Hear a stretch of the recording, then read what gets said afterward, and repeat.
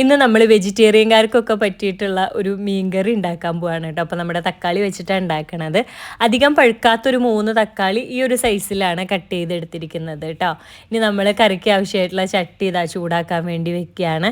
ചട്ടി ചൂടായി വരുമ്പോഴത്തേനും 1 സ്പൂണ് മല്ലിപ്പൊടി, 1 സ്പൂണ് മുളക് പൊടി, പിന്നെ ഒരു 1/2 സ്പൂണോളം മഞ്ഞൾപ്പൊടി, ഈ 3 പൊടികളും കൂടി ചേർത്ത് നല്ലോണം ഒന്ന് മൂപ്പിച്ചെടുക്കുകയാണ്. അത് ചെറുതായിട്ടൊന്ന് മൂത്ത് വരുമ്പോഴത്തേനും നമ്മുടെ വെള്ളം ഉണ്ടല്ലോ, വെള്ളം ഒഴിച്ച് കൊടുക്കുകയാണ്. അധികം വെള്ളം വേണ്ട കേട്ടോ.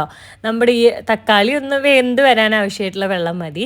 എന്നിട്ട് ഇതെല്ലാ പൊടികളൊന്ന് ഇളക്കി യോജിപ്പിച്ചിട്ട് ആവശ്യത്തിന് വേണ്ട ഉപ്പും കൂടി ചേർക്കുകയാണ് കേട്ടോ. പിന്നെ അതൊന്ന് തിളയ്ക്കാൻ വേണ്ടി സമ്മതിക്കുക. തിളച്ച് വരുമ്പോഴത്തേനും ഇഞ്ചിയും പച്ചമുളകും ചതച്ചത് ഇട്ട് കൊടുക്കുകയാണ്.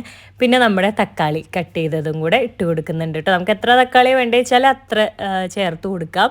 ഞാനിപ്പോൾ ഒരു 3 തക്കാളിയാണ് എടുത്തിരിക്കുന്നത്. എന്നിട്ട് അതിലേക്ക് ഒരു 2 കുടംപുളി വെള്ളത്തിലിട്ട് വെച്ചതാണ്, അതും കൂടെ ചേർത്ത് കൊടുക്കുന്നുണ്ട് കേട്ടോ.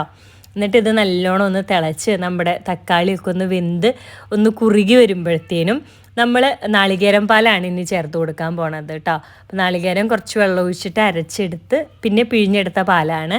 ആ പാലും കൂടെ അതിലേക്ക് ചേർക്കുന്നുണ്ട് കേട്ടോ. ഇനി ഒന്ന് തിളച്ച് കഴിഞ്ഞാൽ നമ്മുടെ കറി റെഡിയാവും. അപ്പോൾ നമ്മുടെ കറി തിളച്ചിട്ടുണ്ട്. അപ്പോൾ റെഡിയായി വന്നിട്ടുണ്ട് കേട്ടോ. ഇനി അതൊന്ന് താളിക്കാൻ വേണ്ടിയിട്ട് നമ്മളൊരു ചെറിയ പാത്രത്തിൽ കുറച്ച് വെളിച്ചെണ്ണ ഒഴിച്ചിട്ട് നമ്മുടെ ചുവന്നുള്ളി ചെറുതായി അരിഞ്ഞതും കുറച്ച് കറിവേപ്പിലയും കൂടെ ഇട്ടിട്ട് നല്ലോണം ഒന്ന് മൂപ്പിച്ചെടുക്കുകയാണ് കേട്ടോ.